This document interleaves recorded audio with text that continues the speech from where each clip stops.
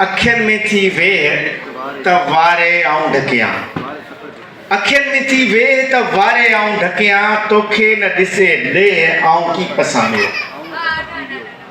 तव्हां सभिनी दोस्तनि ख़ासि तौर ते एकता जी टीम खे तमामु घणियूं मुबारकूं। महबूब साईं समेत 12वीं सालगिरह जूं तमामु सभिनी दोस्तनि खे मुबारकूं।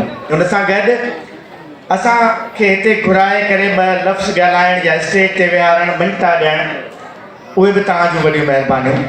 ॻाल्हि अख़बार जी आहे, ॻाल्हि सहाफ़त जी आहे। सहाफ़त करणु एॾो सवलो कमु न आहे जेतिरो सम्झो थो वञे। ख़ासि तौर ते हिकु सिंधी अख़बार, हिकु नई अख़बार ऐं 12 साल जो सफ़र जारी रखणु इहो तमामु ॾुखियो कमु आहे। जेके माण्हू हलाइनि था, जेके माण्हू उन सफ़र खे जारी रखनि था, उन्हनि खे अंदाज़ो आहे त सिंधी अख़बार हलाइणु अॼु जे मुआशिरे में केॾो ॾुखियो कमु आहे। हुन जे करे वधीक मुबारकूं इन लाइ जो तव्हां हिन सफ़र खे जारी रखियो आहे, हिन अख़बार खे जारी रखियो आहे। ऐं सिंधी सहाफ़त में 2 शयूं इंतिहाई अहम आहिनि, इंतिहाई अहम आहिनि। हिकु तहक़ीक़ाती जर्नलिज़म, इन्वेस्टिगेशन रिपोर्टिंग जी तमामु घणी ज़रूरत आहे असांखे। कुझु अर्सो अॻु असां हिकिड़े मसइले ते ज़रूरु इन्वेस्टिगेशन रिपोर्टिंग कई हुई सभिनी अख़बारनि सिंधी। ख़ासि तौर ते बहरिया टाउन जो जॾहिं मसइलो थियो त सभई सिंधी अख़बारूं हिकु आवाज़ हुयूं, हिकु अधि छॾे बहरिया टाउन जे मसइले ते। पर हिते केतिरा ई बहरिया टाउन कराची में ठही रहिया आहिनि। हिकु बहरिया टाउन न आहे, सोराब ॻोठ खां वठी नूरियाबाद ताईं, नूरियाबाद खां वठी हैदराबाद ताईं हिते समय बहरिया टाउन ठही रहिया आहिनि। हज़ारे बहरिया टाउन ठही रहिया आहिनि। लखें एकड़ सिंध जी ज़मीन ते कब्ज़ो थी चुको आहे।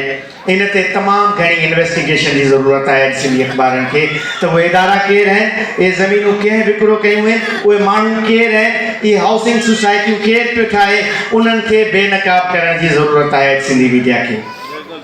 हिकिड़ी ॿी अहम ॻाल्हि ॿुधाईंदो हलां, कराची शहर जे चपे चपे ते अफ़गाननि खे आबाद कयो पियो वञे।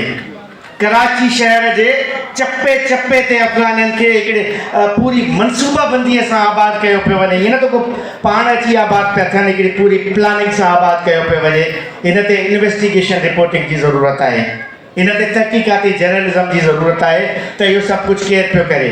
जीअं ॻाल्हि ॿुधाईंदो हलां, सिंध में धारी आबादकारी हिकु अहिड़ो वॾो मसइलो आहे जंहिं ते असां गौर सां न पिया सोचूं।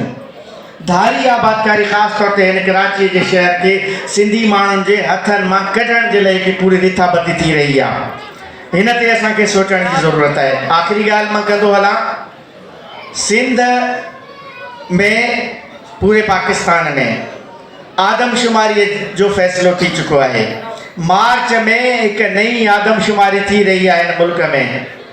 असां महबूब अब्बासी साहिबु थोरो गौर कजो त आदमशुमारीअ जे मरहले ते सिंधी मीडिया हिकु वॾी मुहिम हलाईंदी आहे हर दौर में। हिन दफ़े आदमशुमारी जे मसइले ते असां ख़ामोश वेठा आहियूं, बिल्कुलु का बि मुहिम न पई हले। सिंधी ॿोलीअ जॾहिं असां चवंदा हुआसीं उन में हिकिड़ो खानो हूंदो त ॿोलीअ जे नाले ते सिंधी ज़रूरु लिखाइजो। ऐं उनखां सवाइ ॿियूं खोड़ सारा अहिड़ा नुक़्ता आहिनि जेकॾहिं हींअर पाण वटि टाइम न आहे जो उन ते भई तफ़सीली ॻाल्हाइजे।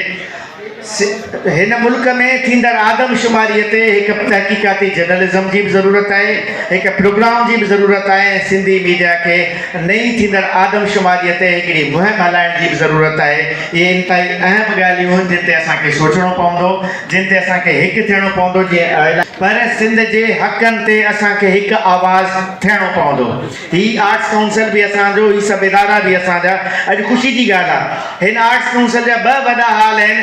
ॿिन्ही में जेके प्रोग्राम थी रहिया आहिनि उहे सिंधियुनि जा थी रहिया आहिनि। हुन पासे गुल हसन कलमती जे प्रोग्राम जी जे किताब जी महूरत आहे, जेको अंग्रेज़ी में अमजद सिराज तर्जुमो कयो आहे। कराची सिंध जी मारूई, हुन किताब जो अंग्रेज़ी में तर्जुमो थियो आहे, हुनजी महूरती तक़रीब आहे। त अॼु हिते एकता अख़बार जी 12वीं सालगिरह जी तक़रीब आहे। त असीं हिन धरतीअ जा वारिस आहियूं, हिन शहर जा वारिस आहियूं, पर असांखे अखि खोलणु घुरिजे। हीअ जेके नवां मसइला, हीअ नयूं मुसीबतूं, हीअ नवां मामला असांजे गले में पइजी रहिया आहिनि, उन्हनि ते असांखे हिकु आवाज़ थियणो पवंदो।